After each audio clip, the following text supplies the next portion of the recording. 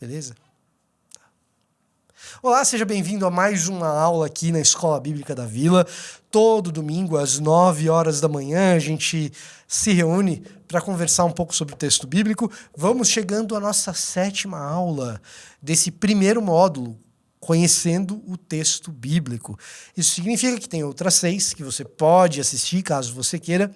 Isso significa que você pode, quem sabe, compartilhar esse conteúdo com alguém e dizer, olha, eu estou assistindo aqui ao vivo, venha assistir também o nosso conteúdo de escola bíblica. É uma escola bíblica que você pode compartilhar com as pessoas.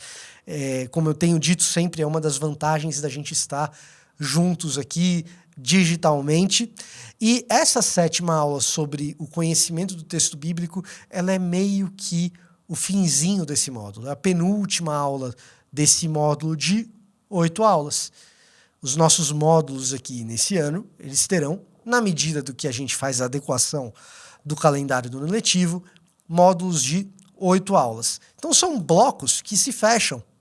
Então, se você, por exemplo, começar a assistir a nossa escola dominical daqui a 2 domingos e não agora, você vai ter uma nova caminhada, um novo módulo para fazer, que começa do zero e você pode começar a partir dele. Ou você pode retornar lá na aula 1 deste módulo aqui, conhecendo o texto bíblico, né? Conheço o texto bíblico, você pode voltar lá na primeira aula e assistir até essa. Você pode assistir a aula de hoje sem problema nenhum, mas o conteúdo completo são essas 8 aulas. Depois dessas 8 aulas, a gente vai ter um outro módulo, também com foco no texto bíblico, mas com foco mais fechado no Antigo Testamento.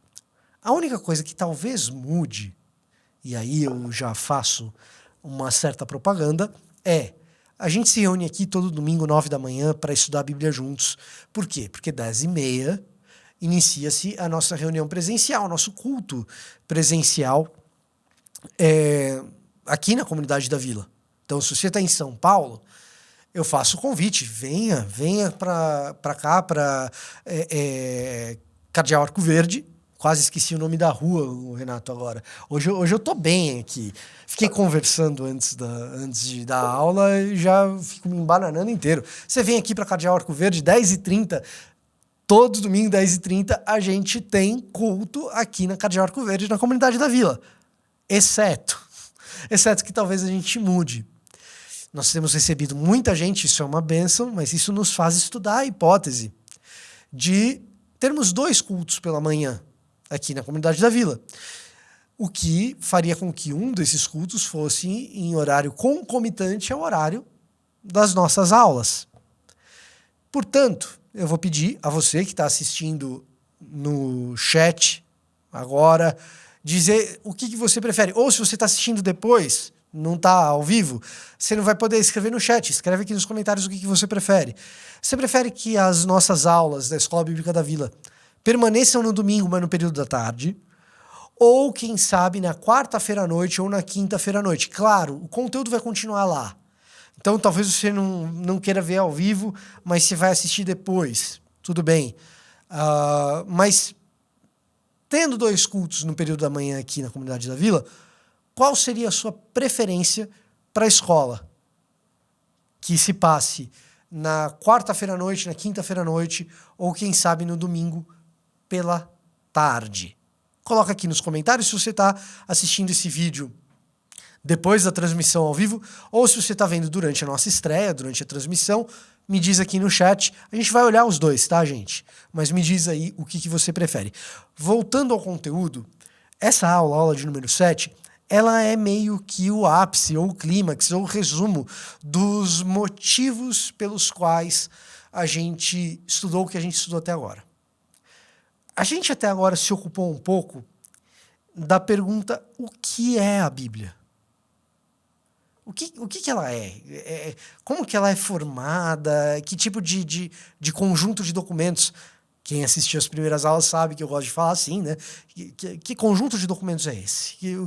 Do que a gente está falando quando a gente pega esse livrão na mão? Isso é importante para que a gente possa responder outra pergunta. Imagina que você está numa viagem, foi pegar um avião, ou quem sabe uma viagem de ônibus, e nessa viagem você levou a sua Bíblia. E alguém olhou a sua leitura, alguém olhou aquilo, está sentado do seu lado, e em vez da pergunta ser o que é a Bíblia, a pergunta é a seguinte: sobre o que é esse livro? Perceba que a pergunta é diferente. Sobre o que é esse livro que você está lendo? Que história esse livro conta? E a nossa aula de hoje é uma aula sobre isso. Sobre o que é esse livro? Sobre o que é a Bíblia? É uma pergunta que me parece relevante. É uma pergunta que me parece importante. A gente saber contar sobre o que é o livro que a gente diz que é o livro mais importante para a nossa fé, ou a única regra de fé e prática, a única coisa que a gente crê como revelação escrita de Deus, sobre o que é isso, cara, me parece uma pergunta de imprescindível resposta. Nós vamos fazer isso, mas eu não gostaria de fazer isso sem antes te convidar a orar comigo. Então, se você puder curvar sua cabeça, fechar seus olhos, orar como você se sente melhor para orar aí do outro lado da tela, você pode me acompanhar em oração, tá bom? Então vamos lá. Pai amado, a gente te agradece por esse dia, te agradecemos, Deus, porque o Senhor é bom e porque o Senhor nos deixou a tua palavra revelada de modo escrito, para que assim nós o conhecêssemos e para que assim a gente conhecesse também os seus desígnios, o seu plano. Dessa forma, Deus, a gente te pede que nesse estudo a gente possa interagir melhor com essa palavra escrita que o Senhor nos deixou. Que a gente possa entendê-la melhor e, Pai amado, que o Senhor possa nos ajudar a fazer essa síntese do que diz aquilo que o Senhor nos deixou escrito. Isso, Pai, a gente pede e agradece em nome de Jesus. Amém. Muito bem, muito bem. Lembrando que, estando no YouTube, você pode fazer aquelas coisas típicas de YouTube, né? Verificar se você está inscrito no canal da Comunidade da Vila, verificar se você já deixou o seu like, se você já compartilhou essa aula com alguém, que é algo que você pode fazer. É algo que a gente agradece, inclusive, se você puder fazer. Eu estou pedindo demais quando eu falo para você compartilhar esse vídeo com alguém? Me avisa aí se é um pedido excessivo. Acho que não é, né? Muito bem.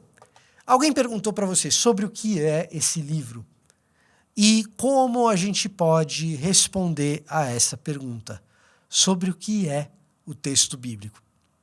Bom, quando a gente responde essa pergunta, a gente está, por tabela, respondendo também qual é o papel desse texto, desse conteúdo para as pessoas hoje. Por que esse texto é relevante e se ele guarda alguma relevância? E eu vou começar dizendo o seguinte: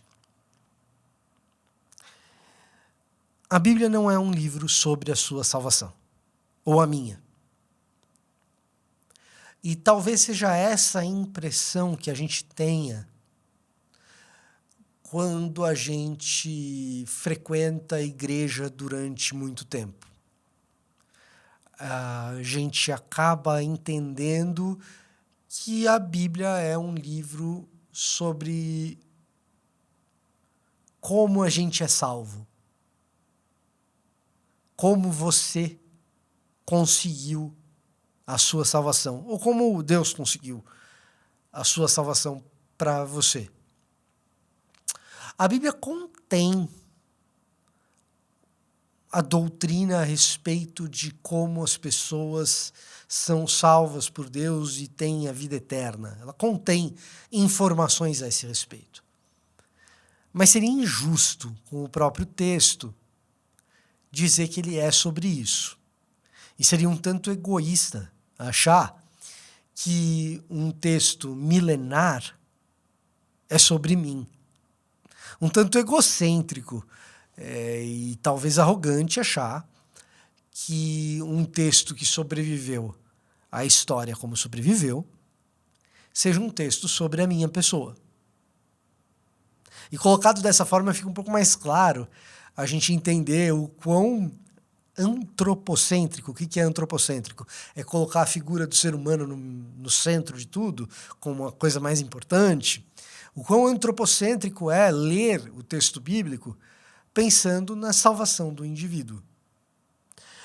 Isso não corresponde a uma visão teocêntrica, que coloca Deus no centro da conversa. Isso não corresponde, não faz justiça àquilo que o próprio texto bíblico diz a respeito de si mesmo.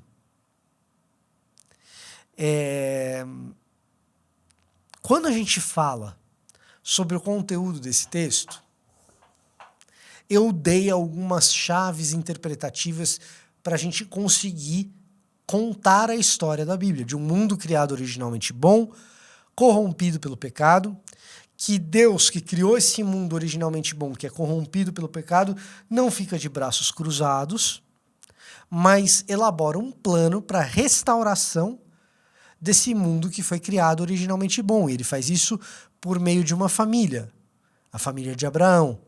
E a gente percebe ao longo do Antigo Testamento que a família de Abraão, embora ocasionalmente se comporte como uma família que age na direção da restauração desse mundo, diversas vezes essa família falha. E falha muito mais do que acerta. A ponto da gente ficar pensando, poxa vida,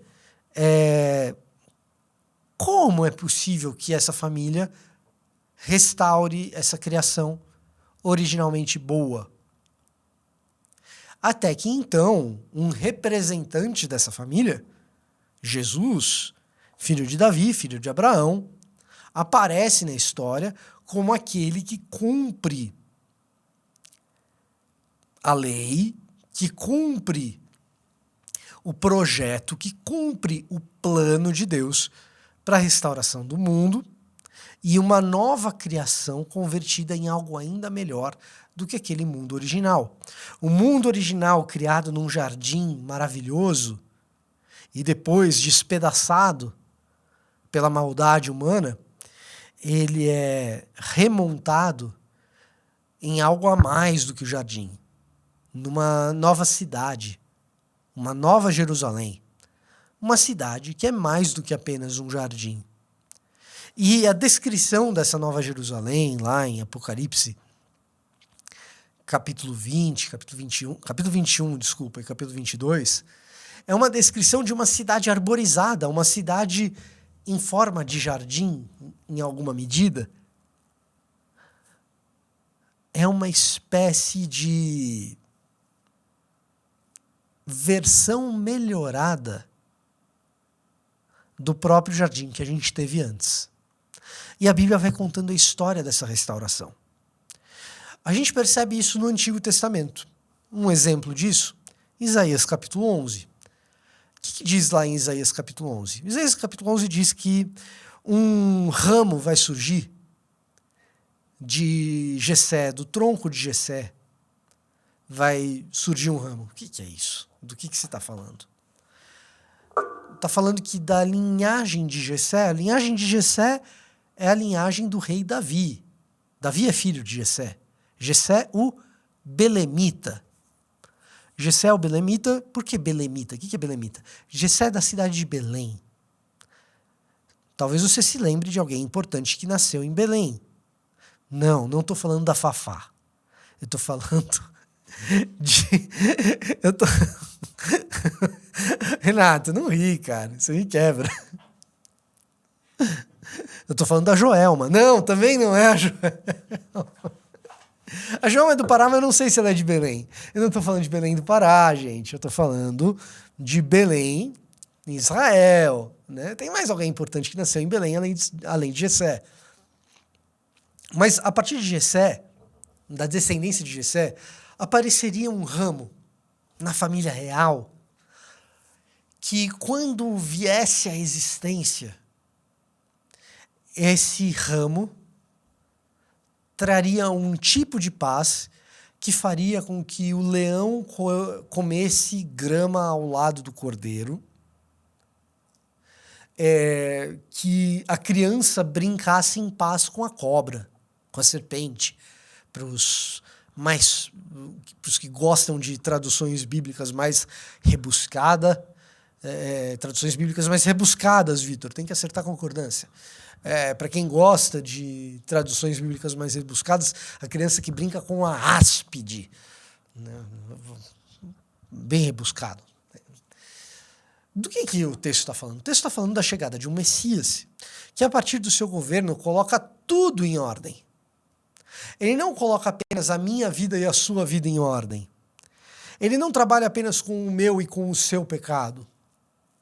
Mas ele coloca o cosmos corrompido pelo pecado, o universo corrompido pelo pecado, em ordem. E ao colocar em ordem o universo corrompido pelo pecado, esse Messias, esse homem descendente de Jessé, descendente de Davi, ele cumpre o seu papel de restaurar todas as coisas. A Bíblia conta a história, a Bíblia conta a história de como, por meio de um ungido, de um escolhido, como por meio de um rei, Deus estabelece ordem num mundo corrompido pelo caos. Deus estabelece a paz e a harmonia num mundo corrompido pelo caos. Isso é Isaías 11. Se você ler Colossenses, capítulo 1, a partir dos versículos 18, você vai ler até o 20, o 21, você vai ler um outro negócio muito interessante. Você vai ler que, por meio do sangue de Jesus, Deus restaurou consigo todas as coisas. E também a mim e a você. A história é essa. A história é a história de um Deus que está colocando ordem em tudo. Em todas as coisas e todo tipo de coisa. E não apenas na minha alma e na sua alma. Por isso, quando a gente fala do texto bíblico e alguém pergunta para mim, Vitor, sobre o que é a Bíblia? Que história a Bíblia conta? E essa pergunta vai ficar cada vez mais relevante no nosso contexto cultural. Por quê? Porque na medida em que a gente avança na pós-modernidade, a gente avança no tempo e avança nessa cultura pós-moderna, a gente avança também numa cultura pós-cristã.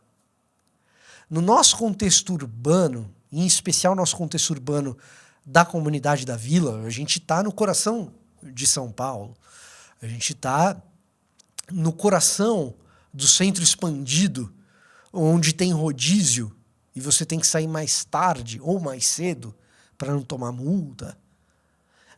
É aqui o primeiro lugar no Brasil onde o pós-cristianismo prospera e se expande.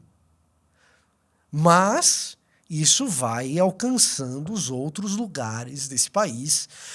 Mas, em primeiro lugar, isso acontece por aqui. E isso significa que, a cada ano que passa, ainda que cresça o número de evangélicos, cresce também a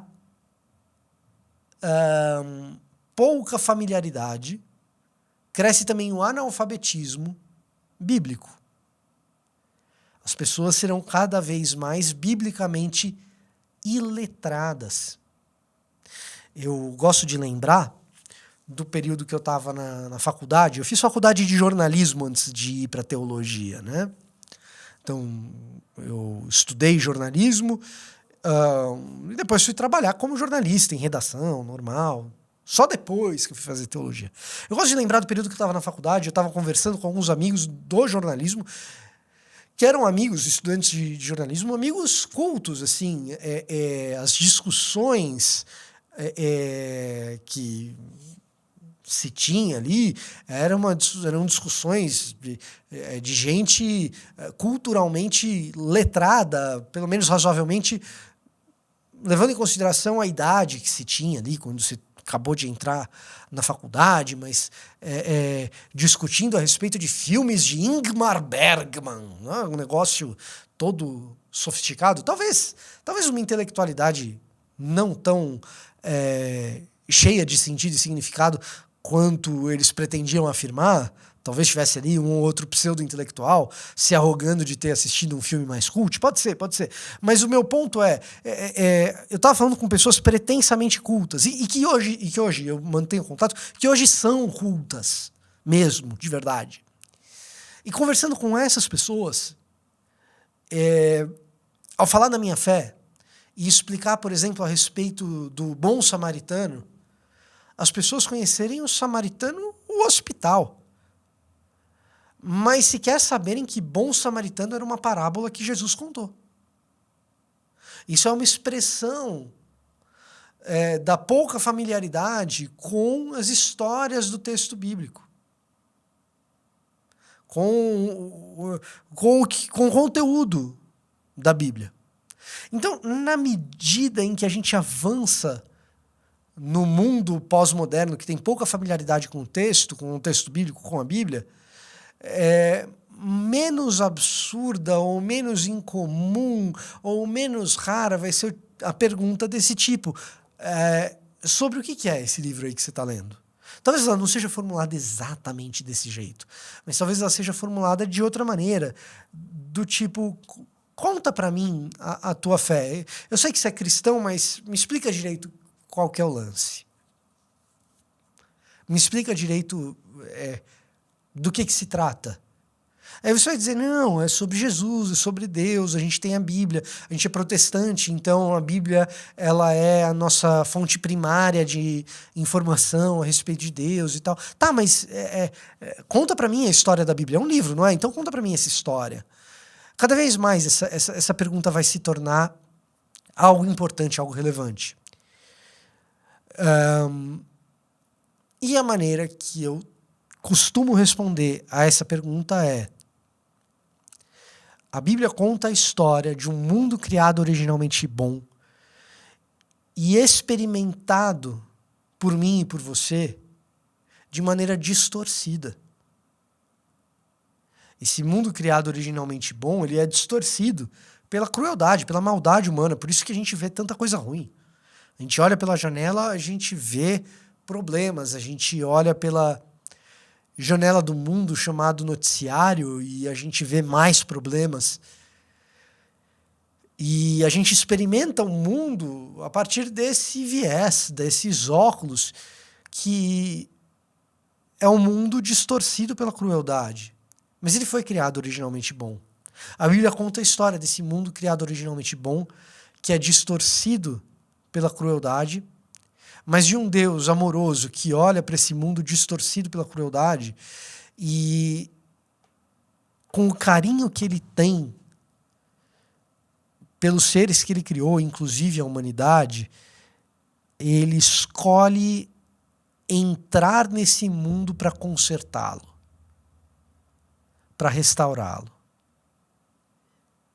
E na medida em que o mundo é despedaçado e distorcido e retorcido e picotado e estilhaçado pelo pecado, quando Deus entra no mundo, ele mesmo é despedaçado, retorcido, distorcido, estilhaçado, estraçalhado pelo pecado. A história que a gente conta é a história de um Deus todo-poderoso que se permite ser estraçalhado pela minha crueldade, pela sua crueldade.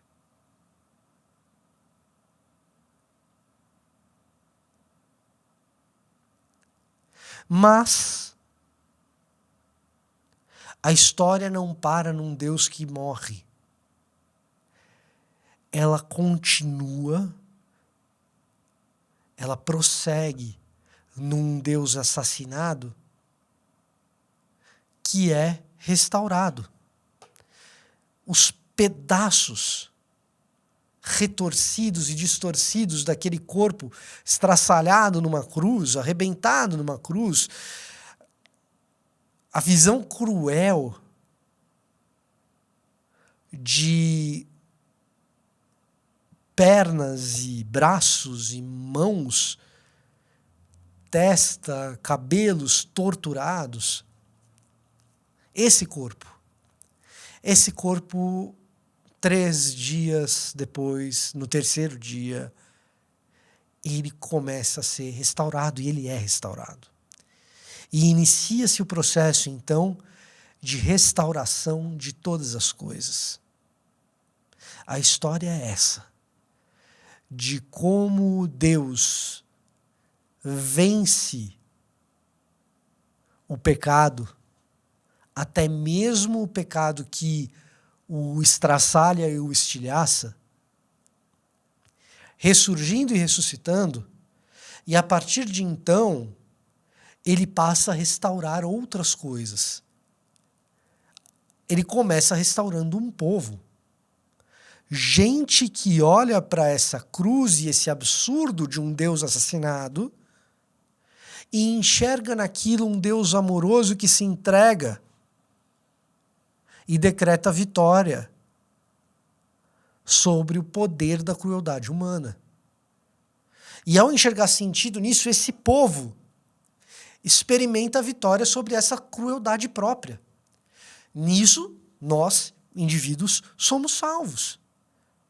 A gente enxerga a nossa própria crueldade, que maltrata o mundo, estilhaça a criação, distorce e retorce a nós mesmos, estraçalha o próprio Deus que entrou nesse mundo encarnado. A gente olha para a gente mesmo fazendo isso e a gente diz, preciso de restauração. E o mesmo Deus que restaura Cristo no terceiro dia na ressurreição, e a gente vê esse Deus restaurado, ele começa a restauração de indivíduos, salvando esses indivíduos, restaurando a mim e a você, formando deles, de nós, um povo restaurado, que anuncia essa restauração. E então, essa restauração que ela inicia em Cristo, ela se estende para a restauração de pessoas cruéis, convertidas em pessoas transformadas pelo Espírito Santo de Deus. Mas essa restauração, ela tem um momento de consumação, que a gente ainda aguarda. Então, quando chegar a consumação, essa criação originalmente boa será ainda melhor numa nova criação. A nova criação terá um novo céu e uma nova terra. A nova criação, ela terá uma nova cidade.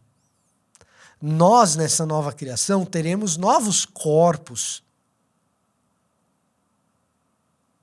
Agora, se o novo céu e a nova terra ainda vêm, se a nova Jerusalém ainda vem, se os nossos novos corpos ainda virão, hoje, aqui e agora, nós já somos novas criaturas e, portanto, cidadãos dessa nova Jerusalém futura. A história que a Bíblia conta é a história de um Deus que não permanece inerte diante da crueldade, da maldade humana, mas um Deus que restaura toda a criação e inicia isso restaurando pessoas cruéis, como eu e como você. Dessa forma, quando uma sociedade altamente secularizada, pós-cristã, que desconfia do cristianismo e que não sabe o que é o texto bíblico, dessa forma, a gente imagina que a Bíblia tenha cada vez menos relevância numa sociedade como essa. Dessa forma, a Bíblia se faz cada vez mais relevante. Em se fazendo relevante, ela se torna, e ela pode se tornar, o ponto de entrada de conhecimento de Cristo, para quem nunca teve contato com ela. A Bíblia se torna o nosso principal aliado na evangelização. Porque a Bíblia se torna algo desejável. Porque ela vai contar o quê? A história de como a crueldade é transformada. A história de como um mundo distorcido se transforma num mundo bom.